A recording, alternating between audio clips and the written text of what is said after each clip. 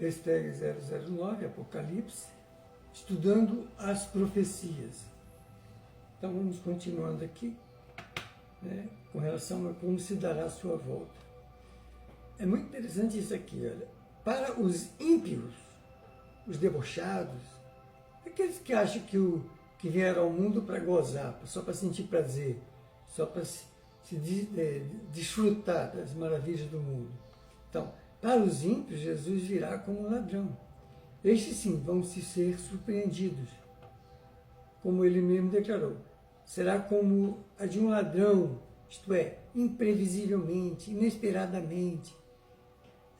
Estes que debocham do Evangelho, do Apocalipse, e os que riem do Cristo, do próprio Deus, né? Obstinadamente, fecham os olhos aos sinais da sua aproximação. Essas pessoas, elas esquecem que, numa simples dor de barriga, elas são incapazes de segurar o intestino. Mas debocham de Deus. São incapazes de segurar o intestino numa diarreia. Mas acham que são eternos, não sei o que eles pensam. Bom, e se recusam a crer na palavra de Jesus. Né? A gente pensa, mas a Bíblia é muito complicada. Gente, se dedique, busque com o coração sincero. Jesus vai mandar os caminhos certos para você. Agora, depende muito do que está dentro do íntimo de cada um de nós. Se a gente quer realmente cumprir, com todas as nossas imperfeições, ninguém aqui está falando de gente perfeita, não. Eu sou imperfeito igual a qualquer um que esteja me escutando, me vendo aí do outro lado, ou pior do que muitos de vocês, que eu não me considero nada. Mas eu estou me dedicando a tentar me melhorar, procurar me melhorar. E, como eu aprendi muita coisa, tenho vontade de que outros aprendam também, porque é dando que recebemos de Deus. E o Mestre Jesus diz no Apocalipse, né?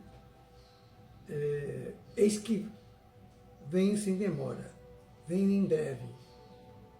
Aí alguns falam, mais de 2000 anos e ele ainda não veio. Gente, a maior parte da humanidade não tem um conhecimento mínimo de história, nem sabe quantos calendários a humanidade já utilizou e utiliza ainda. Né? Você pode ver no mundo, no Oriente, tem, na China, por exemplo, eles usam o nosso calendário para se relacionar conosco, mas eles têm os calendários deles. Então, o tempo de Deus tem um calendário dele. E a gente vai ver aqui, que é uma infantilidade medir a régua do tempo dos homens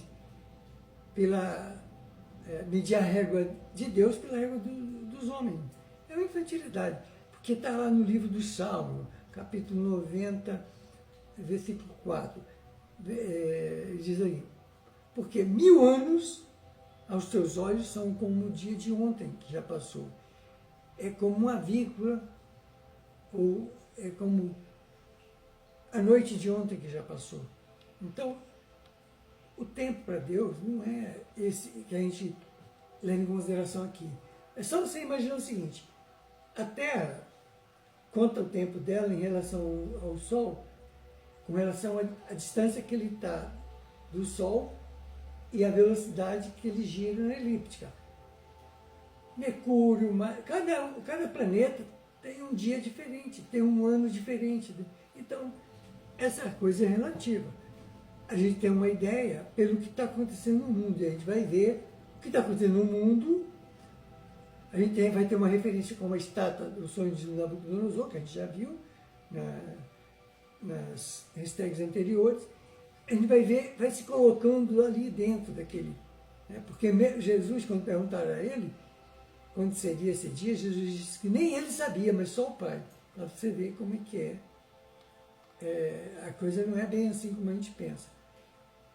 Quanto à referência ao Espírito Santo, se trata da multidão dos espíritos de luz, mensageiros, missionários, emissários, estafetas, que estão sempre alertando a humanidade. Isso aí nunca nos faltou. Só pegar o Evangelho, a Bíblia Sagrada, a gente vai ver a história lá. Né?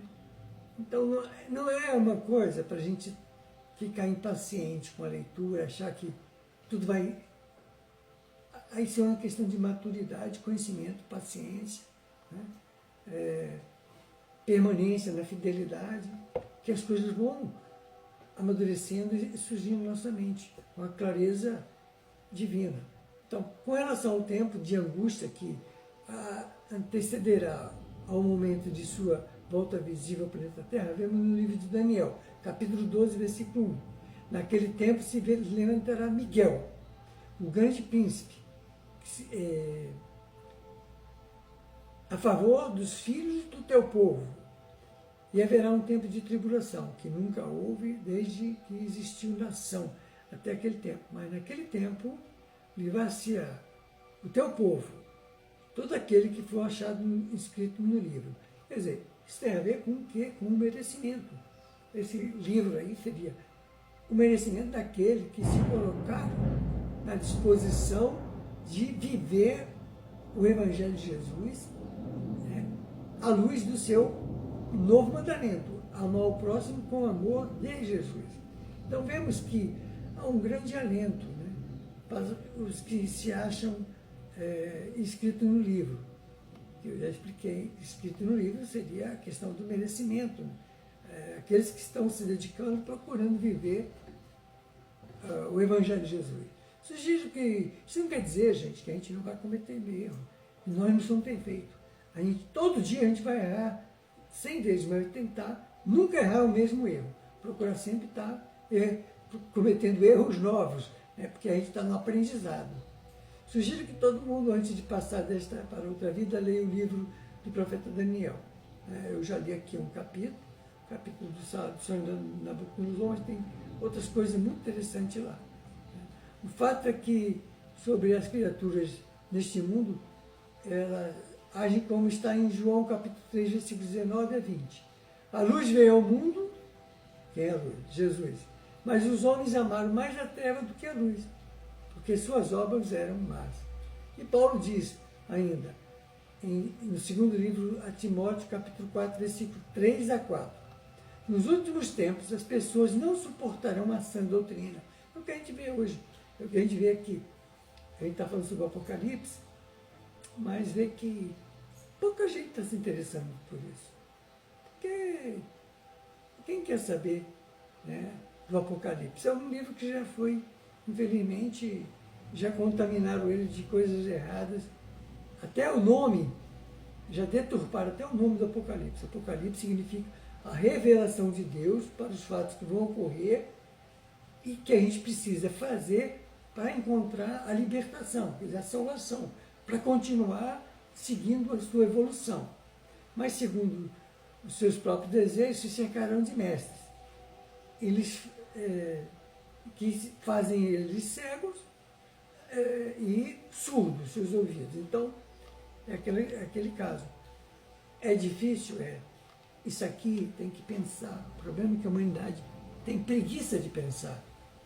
Pensar dá trabalho, estudar dá trabalho, né? Trabalhar dá trabalho, é cansativo.